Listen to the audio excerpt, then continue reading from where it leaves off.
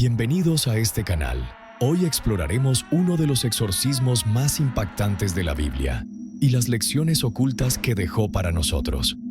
Aquí te mostraré relatos bíblicos misteriosos de los que nadie habla.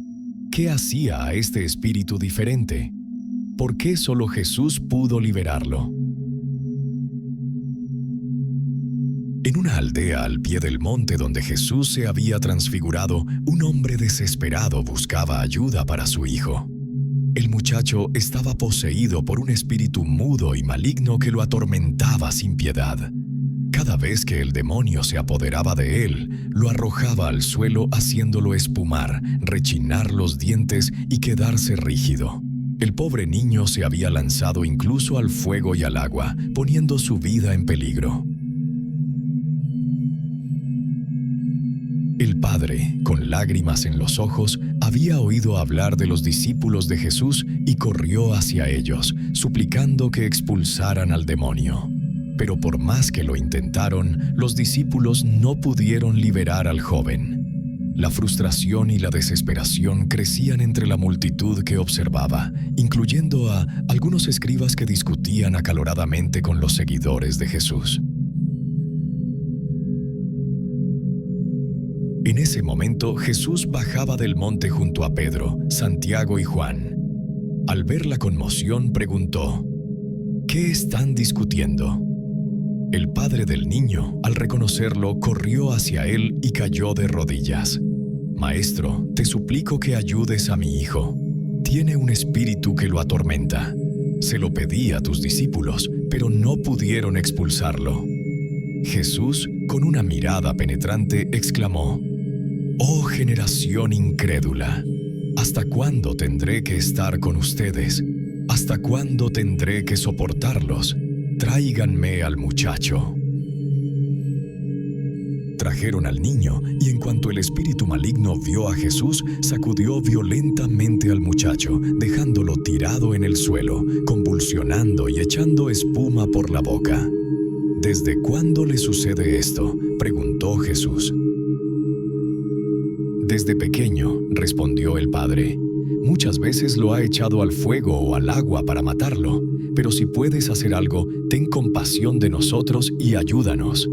Jesús le dijo: «Si puedo, para el que cree todo es posible». «Creo, pero ayuda mi incredulidad». Al ver que la multitud se agolpaba, Jesús reprendió al espíritu inmundo con voz firme: «Espíritu, yo te ordeno que salgas de él y no vuelvas a entrar». El demonio gritó, sacudió al niño con violencia y salió de él, dejándolo como muerto, tanto que muchos decían: «Está muerto». Pero Jesús, tomándolo de la mano, lo levantó, y el muchacho se puso en pie, completamente sano. Más tarde, en privado, los discípulos le preguntaron: «¿Por qué nosotros no pudimos expulsarlo?». Jesús les respondió: «Esta clase de demonio no sale sino con oración y ayuno». La Biblia no revela explícitamente la identidad del niño ni su vida antes de la posesión demoníaca, pero al analizar el relato, Marcos 9:14-29, Mateo 17:14-21, Lucas 9:14-21, 37-43 y el contexto histórico-cultural, podemos deducir datos fascinantes.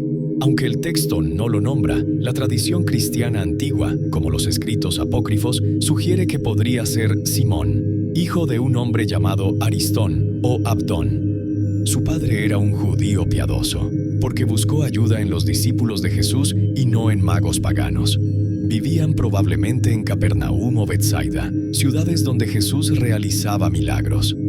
¿Cómo era su vida antes de la posesión? Era un niño normal antes de ser atormentado. Marcos 9:21 indica que desde pequeño sufría los ataques, lo que sugiere que hubo un momento en que vivió sin opresión. Posiblemente jugaba, estudiaba la Torá y ayudaba a su familia, hasta que el demonio lo paralizó. La Torá significa enseñanza o instrucción. Es el texto sagrado más importante del judaísmo y se considera la ley divina revelada por Dios a Moisés en el monte Sinaí. ¿Cómo entró el demonio en el niño? Aunque la escritura no lo especifica, hay 3 teorías basadas en la cultura judía del siglo VI. Primera, la maldición generacional. Si alguien en su familia practicó brujería o idolatría, Deuteronomio 18, 9 a 12. 2. Trauma o puerta abierta. Algún evento violento, como un sacrificio pagano cerca de él, dio acceso al espíritu. Tercer ataque sin causa aparente, como el caso del ciego de nacimiento, Juan 9, 1 a 3, donde Jesús aclaró que no siempre es por pecado, sino para manifestar la gloria de Dios. ¿Qué pasó con el niño después de su liberación?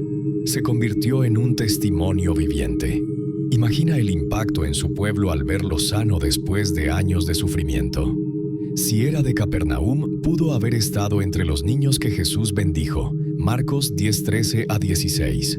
La tradición copta sugiere que años después fue uno de los 70 discípulos enviados por Jesús, Lucas 10:1. ¿Por qué este niño? Jesús usó su caso para enseñar. La impotencia de la religión sin fe, los escribas no pudieron ayudar. La necesidad de dependencia total en Dios, los discípulos fracasaron por confiar en sus propias fuerzas. El poder de Cristo sobre las tinieblas más arraigadas. Aunque su nombre se perdió en la historia, su liberación demostró que ningún caso es imposible para Dios. Jesús vino a destruir las obras del diablo. 1 Juan 3:8. La fe, aunque pequeña, mueve montañas.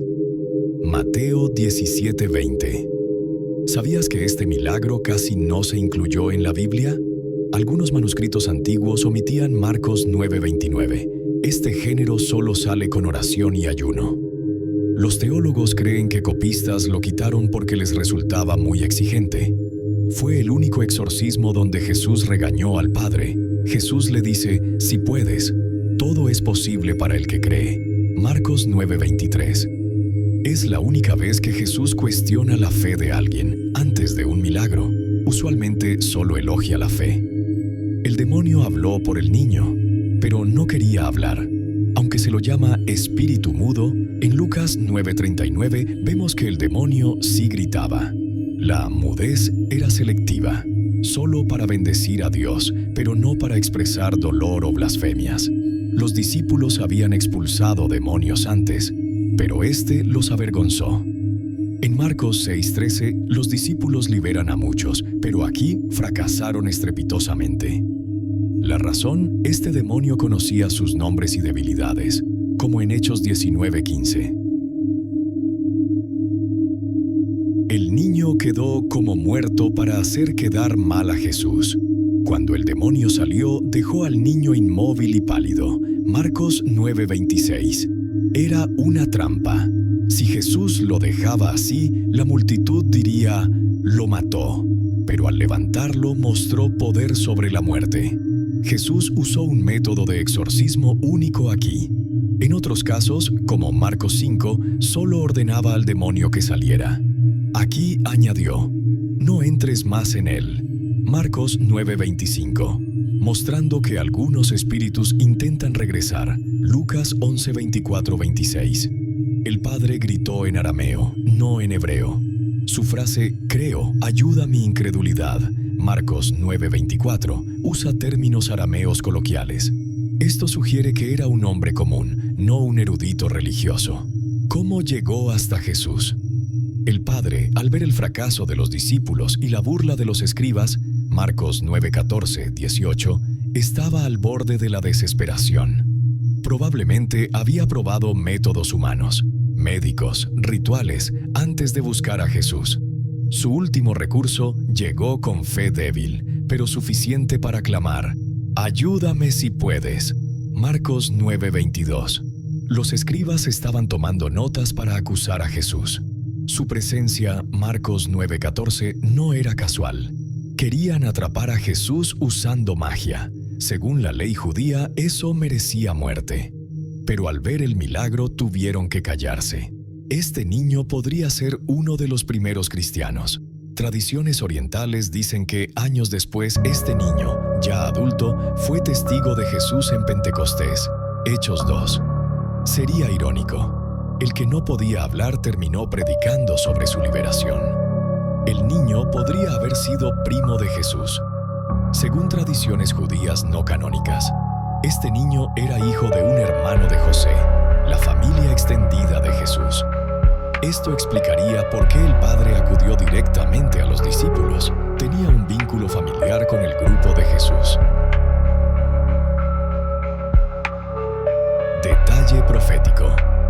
Jesús acababa de bajar del monte de la Transfiguración, donde Moisés y Elías hablaron de su muerte.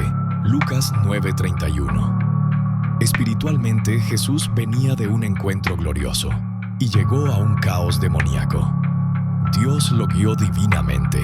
Era el momento exacto para mostrar que ni siquiera los demonios más fuertes podían resistir su autoridad. Este milagro fue un recordatorio de que su victoria sobre Satanás se consumaría en el madero de tormento. Colosenses 2:15. El demonio intentó matar al niño como preludio de lo que harían con él. ¿Por qué este milagro es clave hoy? 1. Desenmascara el activismo religioso sin poder. 2 Timoteo 3:5. 2.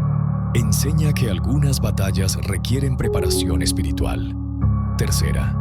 Prueba que Jesús sigue siendo la única solución para opresiones incurables.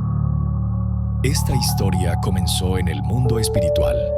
Esta batalla no empezó cuando el niño tuvo un ataque, sino en las tinieblas, donde Satanás planeó usar este caso para desanimar al Padre, avergonzar a los discípulos y un golpe a la credibilidad de Jesús. Pero Jesús lo convirtió en una demostración de poder y fe. ¿Crees que existen demonios mudos hoy? Déjanos tu opinión en los comentarios. ¿Quieres más historias ocultas de la Biblia? Suscríbete y activa la campanita.